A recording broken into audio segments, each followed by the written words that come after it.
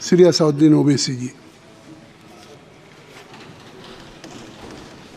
शुक्रिया मोहतरम चेयरमैन साहब, आपने मुझे बोलने का मौका दिया।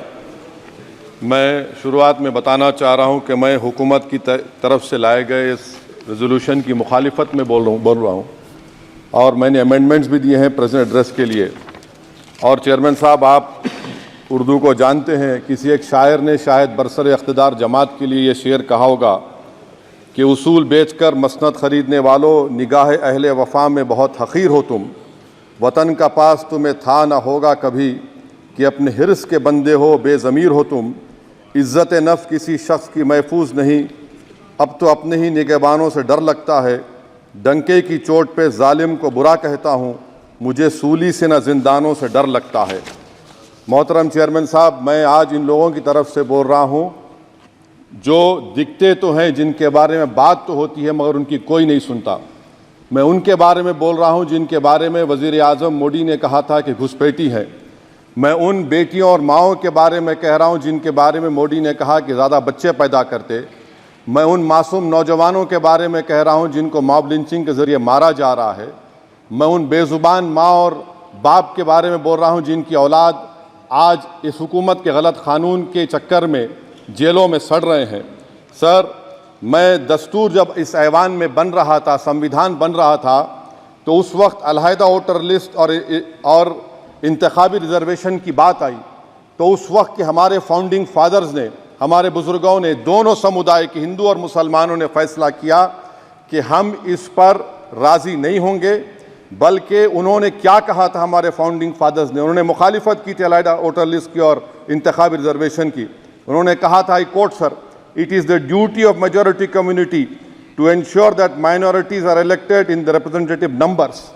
बीजेपी मुसलमानों की नफरत पर जीतती है और मुसलमानों के नाम निहाद मसीहा मुसलमानों के 90% ज़्यादा वोट हासिल करते हैं, मगर फिर भी इस ऐवान के दरवाजे नहीं खुलते मुसलमानों के लिए और सिर्फ 4% मुसलमान जीत कर आते हैं।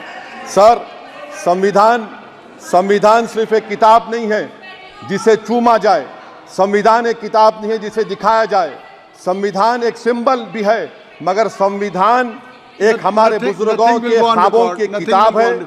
हमारे जमहूरियत को हमारे बुजुर्गों ने इस तरह समझा, हमारे फाउंडिंग फादर्स ने इस तरह जमहूरियत को समझा कि इसमें हर समुदाय और मजहब और समाज के मानने वाले लोगों की राय को शामिल किया जाएगा इस मुल्क को चलाने के लिए। मगर इस ऐवान में सिर्फ 4% मुसलमान जीत कर आते हैं। मैं संविधान से जो मोहब्बत के दावे करते हैं उनसे कहूँगा कि कभी उठाकर पढ़ो कॉन्स्टिट्यूएंट असेंबली डिबेट्स में कि नेहरू ने, HC मुखर्जी ने, सरदार हुकुम सिंह ने माइनॉरिटीज़ के बारे में क्या कहा था।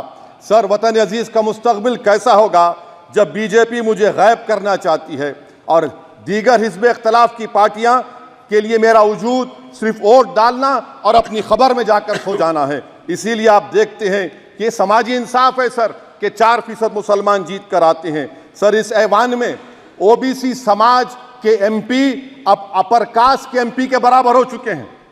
OBC समाज के MP अब अपर कास्ट MP के बराबर हो चुके हैं और 14% मुसलमान सिर्फ 4% जीत कर आते हैं।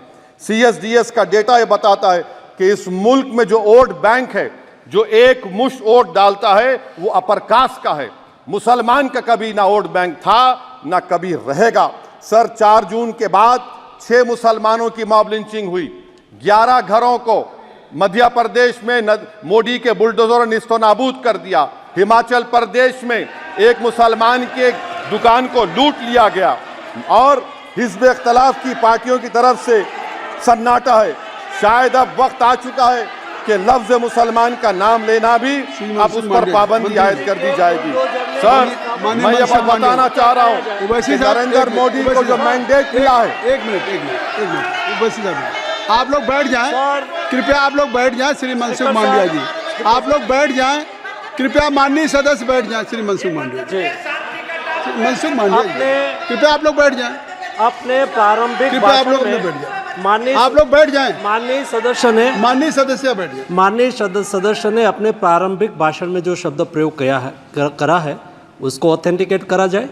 और अभी उन्होंने उल्लेख करा कि मोदी के बुलडोजर ने वहाँ मॉब लिंचिंग करा है उसको भी ऑथेंटिकेट करा जाए। निश्चित तौर से इसको ठीक है, ठीक है, ठीक है, ठीक है, ठीक है। उवैसी साहब जब भी कोई बात नहीं सर, आप चेयर पर बैठे हैं जी, इसलिए आप मंत्री जी को पेट में दर्द हुआ, माशाल्लाह, शुक्रिया उनका। नहीं, तो सर मैं ये बोल मंत्री की रहा था, जवाबदेही है अरे ये नहीं, मंत्री इससे की बुरी बात क्या है? पेट में दर्द हो सकता है, वो दर्द ये सब ठीक अच्छा नहीं। दर्द हुआ, चलिए दर्द हुआ, दिल का दर्द हुआ।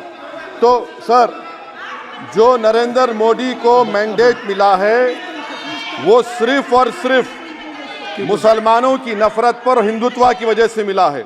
आई would like to say it is not Modi's in dock but every single person voted him despite his anti Muslim voice. And I would like to tell the opposition parties this is not a moral victory for you, this is a victory of majoritarianism. Everyone should contemplate and do introspection. Why is it that the OBCs and the upper caste are getting their due representation? Why are the Muslims not getting? Are we here only to vote for you and not to get elected? If that is the case, please tell us that we are only here to vote for you. Sir, आज भारत के आधे नौजवान बेरोजगार हैं और रोजगार की तालाश, बेरोजगारी का आलम यह है सर कि मोदी सरकार के 5 साल में 75 लाख एस्पिरेंट्स की जिंदगी बर्बाद हो गई, 6 पेपर लीक हुआ। बेरोजगारी का आलम यह है सर कि रशिया जा रहे हैं, वहां जाकर अपनी जानों को दे रहे हैं। बेरोजगारी का आलम यह है कि नरेंद्र मोदी रोजगार का कैंप चलाती है नौजवानों के लिए कि तुम इजराइल में जाकर काम करो, उनको कैनन फॉडर बना रही है ताकि फलस्तीनियों की जायदादों को हड़प कर सके। ये भी कंक्लूड कर। अरे सर मेरा टाइम है, कहाँ टाइम है सर? आप ये टाइम ले लिए मेरा सर, मैं 2 मिनट दीजिए। ये विश्वगुरु की पॉलिसी है, इजराइल को 27 टन हथियार जा रहा है। 9 मिलियन भारत के लोग गल्फ में काम करते हैं, क्या असर पड़ेगा?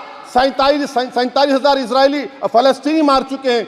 क्या है हमारी पॉलिसी सर? क्यों हथियार दे रहे हैं सर? नस्लकशी हो रही है। सदर जमहूरिया के खुतबे में राष्ट्रपति के सर, मैं उसी पे बोल रहा हूं सर, उसमें लिखा हुआ है फॉरेन पॉलिसी के ऊपर, आप पैराग्राफ नंबर 25 देख लीजिए। सदर जमहूरिया में सैचुरेशन अप्रोच है।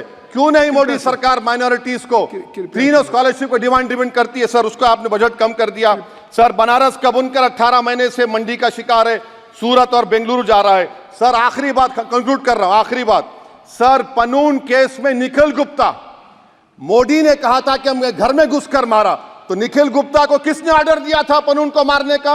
अगर नहीं दिया तो उसको बचाइए, और अगर दिया नहीं तो फिर उस पर पीएमएलए क्यों नहीं लगाते? और सर समाप्त करो, कमेटी बनाई आपने, उसका क्या हुआ? सर हम एससीओ को नहीं जा रहे।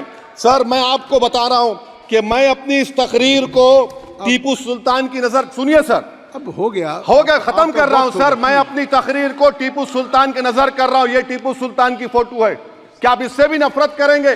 सर ये संविधान में टीपू सुल्तान की फोटो है जिस पर वल्लभ भाई पटेल ने साइन किया, श्यामा प्रसाद मुखर्जी ने साइन किया। ये आपकी नफरत है सर। आखिर में मैं अपनी बात को खत्म कर रहा हूं इस शेर पर कि क्या दिन दिखा रही है सियासत की धूप छांव, जो कल सपूत थे वो कपूतों में आ गए, थे इस कदर अजीम के पैरों में ताज थे, इतने हुए जलील के जूतों में आ गए। बहुत बहुत शुक्रिया सर।